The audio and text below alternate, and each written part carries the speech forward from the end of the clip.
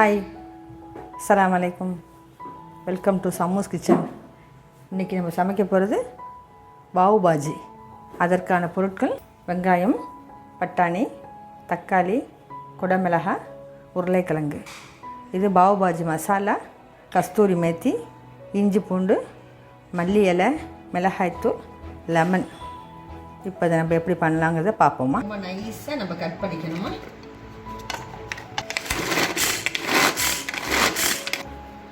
ரொம்ப நைஸாக கட் பண்ணிக்கணுமா. பிளேட்டில் கொட்டிக்குவோமா. கடாயில் ஒரு ஸ்பூன் பட்டர் போட்டுக்குவோமா. பட்டர் கரைஞ்ச பிறகு அரிஞ்சு வச்ச 2 தக்காளியை,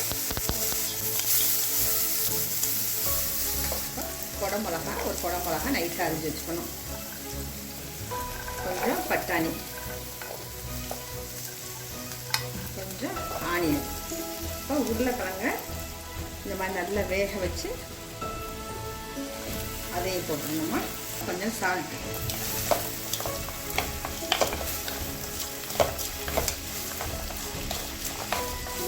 இதெல்லாம் கொஞ்சம் தண்ணி ஊற்றி நம்ம வேக வச்சு நல்லா மசியணுமா. 1/4 டீஸ்பூன் மிளகாய்த்தூள், கஸ்தூரி மேத்தி, கொஞ்சம் சாட் மசாலா, மல்லி இலை,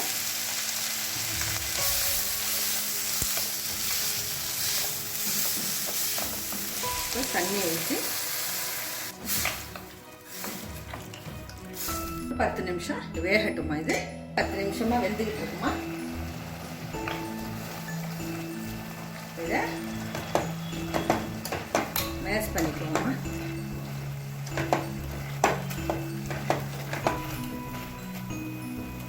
இன்னும் கொஞ்சம் நேரம் வேகட்டுமா. இன்னும் கொஞ்சம் தண்ணி ஊற்றி வேகவும். இதில் நம்ம கொஞ்சம் மஞ்சத்தூள் கூட போட்டுக்கலாமா. ஆப்ஷன் தான். நல்லாவே வெந்துருச்சுமா. திரும்பவும் நல்லா நம்ம கடைஞ்சிடணுமா. அதை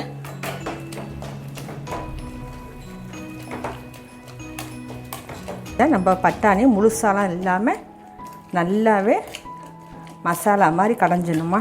இது மும்பை ஸ்டைல் பாவு பாஜி. எல்லாருமே விரும்பி, பெரியவங்கள்லேருந்து சின்னவங்க வரைக்கும் விரும்பி சாப்பிட்றது ஒன்று. இப்போ நம்ம ஒரு பிளேட்டில் கொட்டிக்கிட்டு திரும்ப மசாலா போட்டு நம்ம இதை தாளிக்கணுமா. ஒரு கோப்பையில் எடுத்துருவோமா. கடாய் அடுப்பில் போட்டு ஒரு சின்னதாக ஒரு பட்டர்,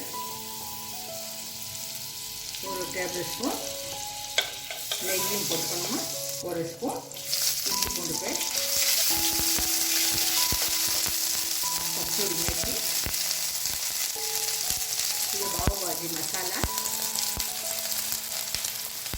மிளகாய்த்தூள் 2 ஸ்பூன், மல்லி இலை, கொஞ்சமாக கலர் பவுடர்,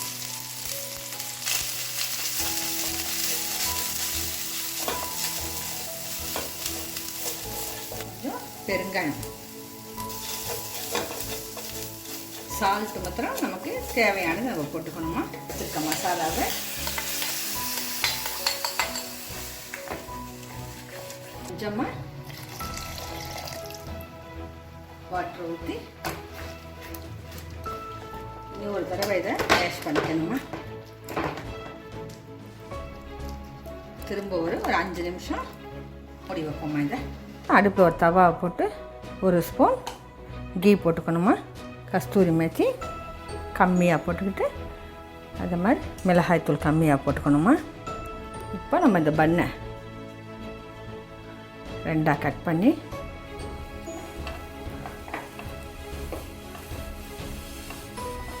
இந்த கீலையே